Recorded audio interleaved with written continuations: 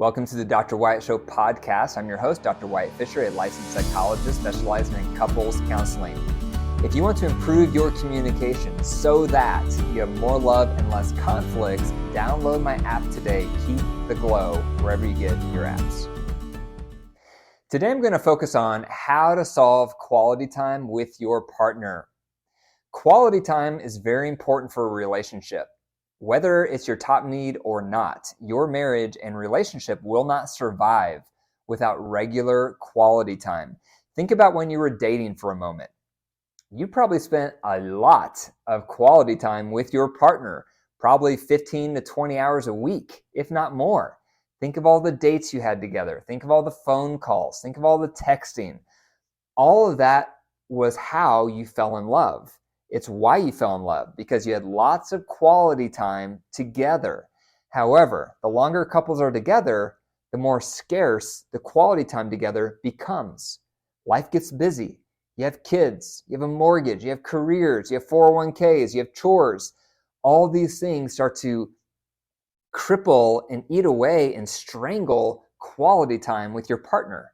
And when that happens, everything else breaks down. Emotional intimacy breaks down, sexual intimacy breaks down because you're not having enough quality time with your partner. And I define quality time as undivided attention, where you're focused on each other, you're doing things to connect. Once in a while, that may include watching a program together, but that should not be the majority of the time. That should be the minority of the time. Most of the time, you want it to be an activity you're doing or you're talking and getting caught up so that you feel close. So I'm going to go through 4 steps to have better quality time with your partner. The first one is stop micromanaging each other.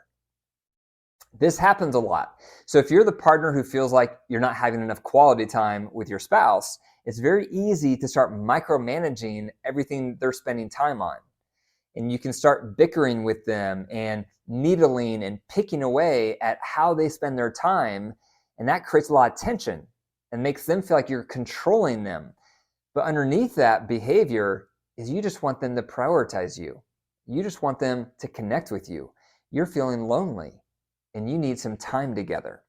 But often we don't express that. Often we don't talk about how we're lonely. Often we don't talk about how we want to connect more. And instead, we start micromanaging how they're spending their time, how they're spending time in hobbies or at work or beyond that with friends. We start criticizing those things, but underneath that criticism is we're feeling lonely.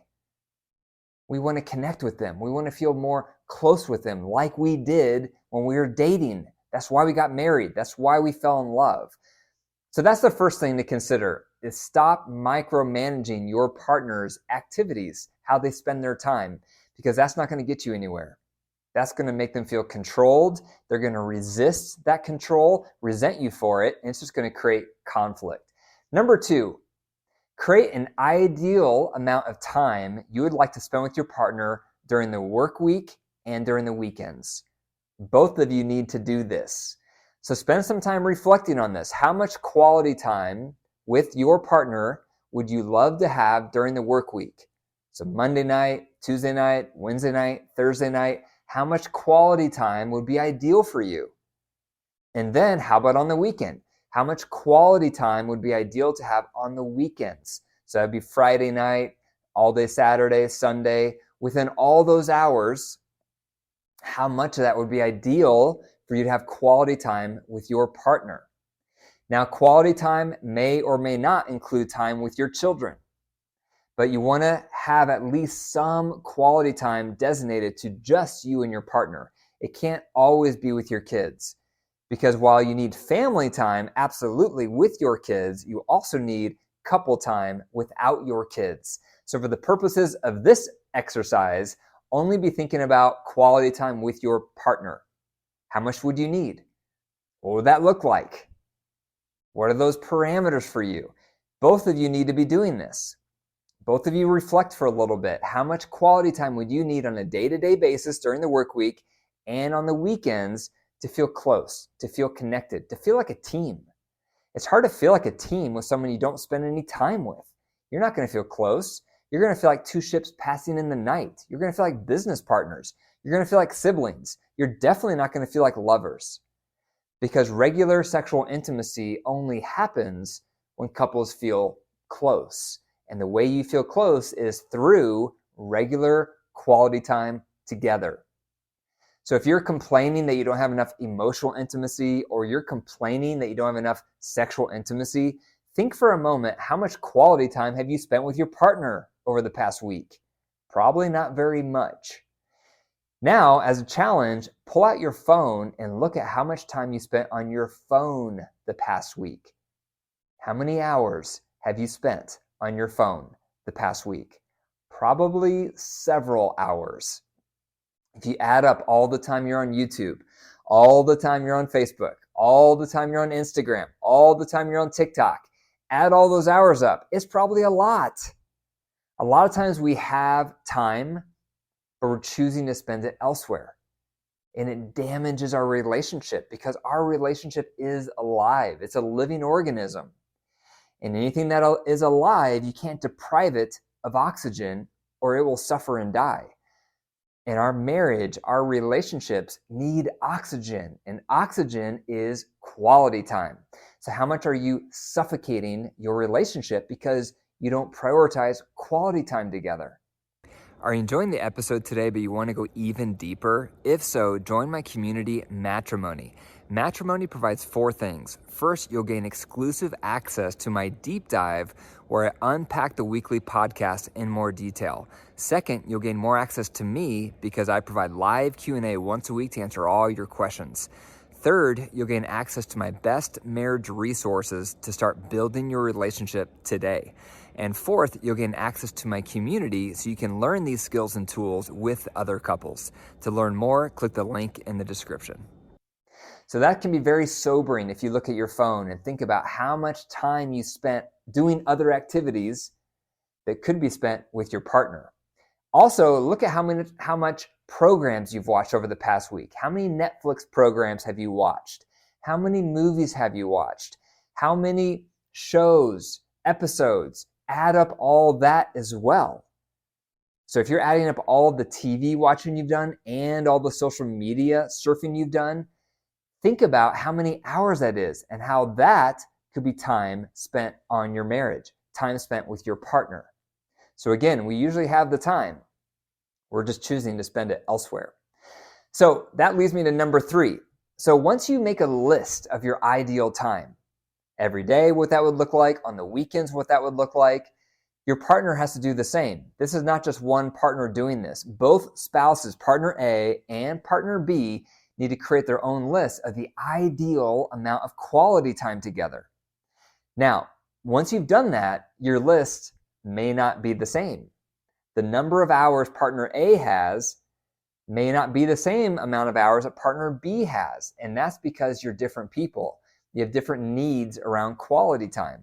So if your ideal amounts of time per day and on the weekends is a mismatch, now you have to share power to strike a compromise.